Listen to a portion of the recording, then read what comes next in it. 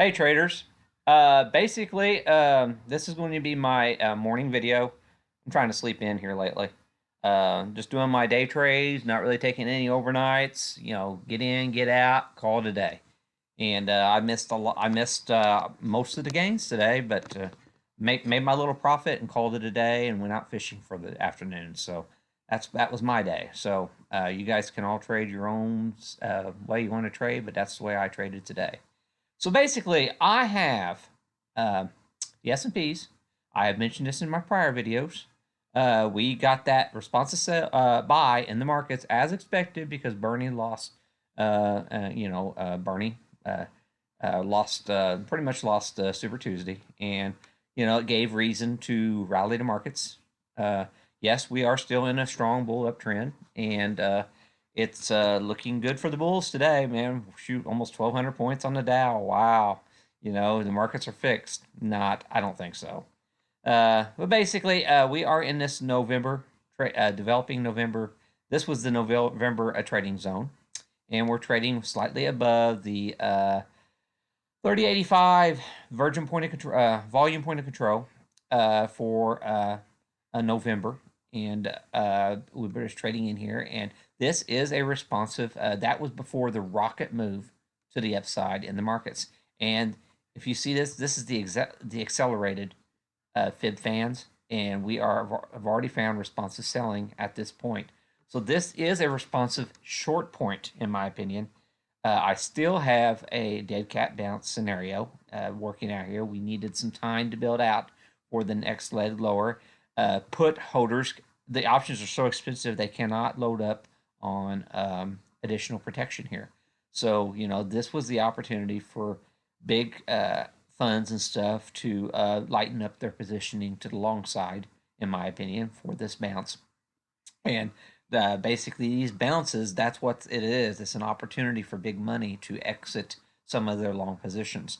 I'm not saying that they should go big time, but every time I see a bounce, that's exactly what I'm thinking. It's big money, unable to afford insurance at this point. The markets, pop is an opportunity to lighten up their positioning, in my opinion.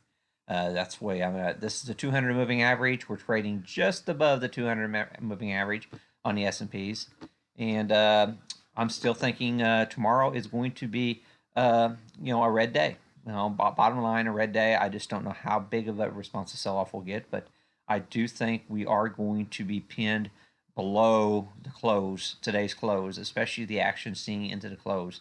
I think it was a bull trap. Okay, absolute total bull trapped in the week out. Okay, so we'll continue on here and see what happens. And okay, basically, we went from um, December's value, and we had that massive rocket move higher right to start our year off into 2020, and we gapped value higher from that point for the Qs, and we're sitting in no man's land right here, right now. We had this volume, a volume void here because we had this rocket move up, and we're sitting right down here in no man's land on the Qs, trying to decide which direction they want to take this. Okay, and basically we have this accelerated uptrend. We've seen responsive selling on this too. So keep that in mind going forward here. It's just going to be chop, chop, chop, chop, chop until we finally either get up into this zone or we break back down into this zone, in my opinion. And I just think this is a total right here going into Friday was a bull trap, even in the Qs, and that they were going to be coming back down into this range tomorrow probably and trading out here, if not just even worse than that. So just keep that in mind going forward into tomorrow's session. The Russell, basically, what I'm looking on the Russell here, we have found some responsive selling pressure at the 1534 area once we've broke down in the past. See how, and then it's come back down. So my magnet for the $1,500 level is acting as a magnet, in my opinion. And we're only 4 days into the month, and I'm actually thinking we're going to start building value out a little bit lower here on the Russell, down in this zone. Building out some time value and then potentially after we get into earnings season, we get a responsive buy. But I don't. I think it's still way too early to think we're going to get a rapid ascent in the markets. Okay. Okay. Things that I'm thinking about here. The reason I call this a bull trap, the the options giving the highest percent gains today are still the out of the money options. Okay, these are the ones they went and completely jacked the out of the money market options to the moon today, and I'm seeing this across the board. And basically, it's a bull trap. The option writers trapped people. They were running into the markets for FOMO, buying up these out of the money options, giving obscene amount of money at these implied volatility spikes, and tomorrow they are just going to absolutely crush these out of the money option holders. So American Express, that was one of the top performers today. Costco it is an earnings play, so that one there might be, it's hard to say exactly what's going to happen. Let me see if the earnings have been released yet on Costco. It's probably not going to be. No, it's not. It probably won't mark till tomorrow morning. Costco is into resistance going into the numbers, so just keep that in mind going forward here in your trading. Very easily could sell off. I mean, a lot of these retail numbers have been missing on the revenue side, and with the exception of the past couple weeks in Costco, I mean, they could have a earnings miss because of the initial fears from the whole coronavirus. It took a little while for people to people were might have been staying out of stores initially, so keep that in mind for Costco. I'm still slightly more bearish for Costco going forward here. Similar situation, highest percentage gains, the way out of the money, the things. The option riders had control all afternoon. And I had mentioned this in my midterm video, how, now's the time to start selling option premium. It was about 1040, 1045. And boy, did they ever sell pop option premium today. And basically, there were people out there willing to keep jacking these implied volatilities up. And whenever you see 4, 5, 600% returns out of the money options, this was a full on total FOMO, fear of missing out, into today's close, and it was ridiculous. And as far as I'm concerned, they deserve to lose their tail tomorrow to be doing that. I mean, in this market volatility, it similar situation, highest percentage gains out of the money. Electronic Arts, 3M, and you just do not historically see this. You'll see the big gainers in a healthy market. The big gainers are up here; they're not down here. So this is really not good. And that if anything, you wanted to be buying puts into the close. You didn't want to be buying all these uh, calls. This is just ridiculous. I mean, similar situation. Highest percentage gains is the way out of the money calls. You want to be buying the puts here. I mean, they are just going to completely and utterly destroy option call holders tomorrow, in my opinion. 300+% returns today. Why would you want to do that whenever you can buy these for 80% off? Seriously, this is a with just one day to go, you can buy those for 20 cents on the dollar, versus the day before. It's ridiculous that these people will just continue to do this.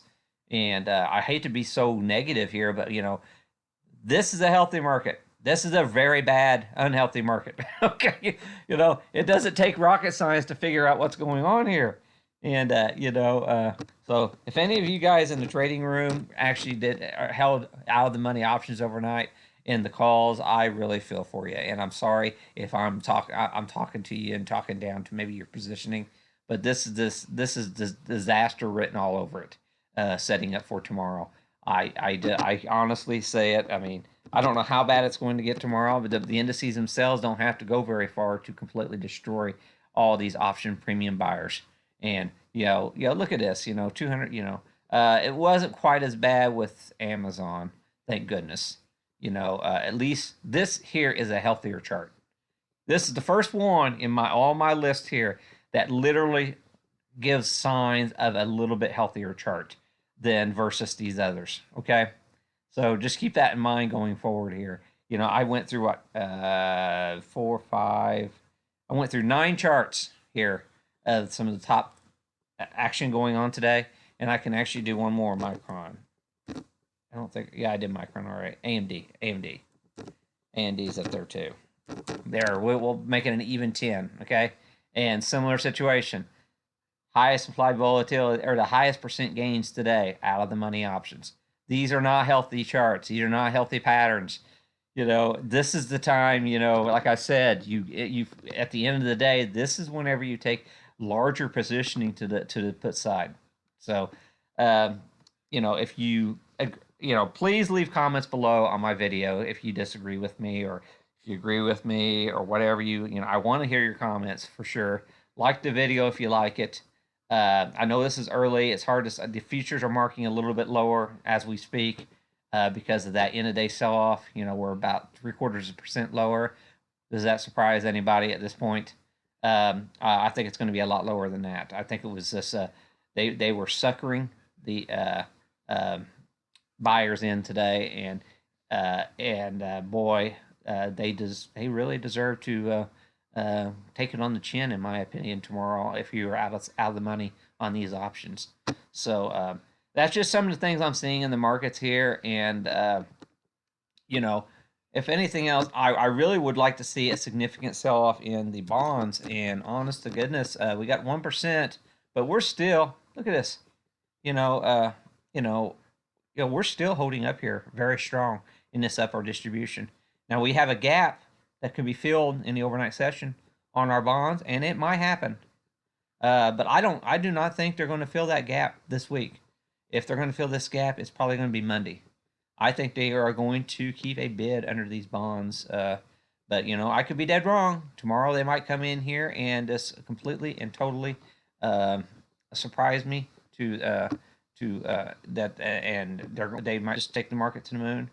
So I could be darn wrong, but I mean, let's see here. I'm going longer time frame here so I can see this better. Yeah, see, we had that gap, and we've come down. We've actually filled that gap. You can't really think much about this gap anyway because we've already filled this gap on TLT. So I mean, that has already been satisfied. So that even supports more sideways consolidation, in my opinion, going forward here on TLT. So the bonds are just really not showing a lot of relative weakness. We did get a little bit more volume today versus we had the past couple of days on the sell-off. But you notice how the candle is so much more compressed. You got a higher volume with a smaller candle. That suggests that buyers or sellers are meeting at this price point. So just keep that in mind going forward. We'll see what happens in the morning. I could be dead wrong on my video, but here lately I have really been calling these out the night before or early in the morning hours. Really been hitting pretty well what the markets are doing the very next day. And we'll see what happens. Like midday this morning, I was calling out to rally into the afternoon hours, and that's exactly what it did. So it did it far stronger than I ever expected. So I will talk to you later, and like the video and leave comments.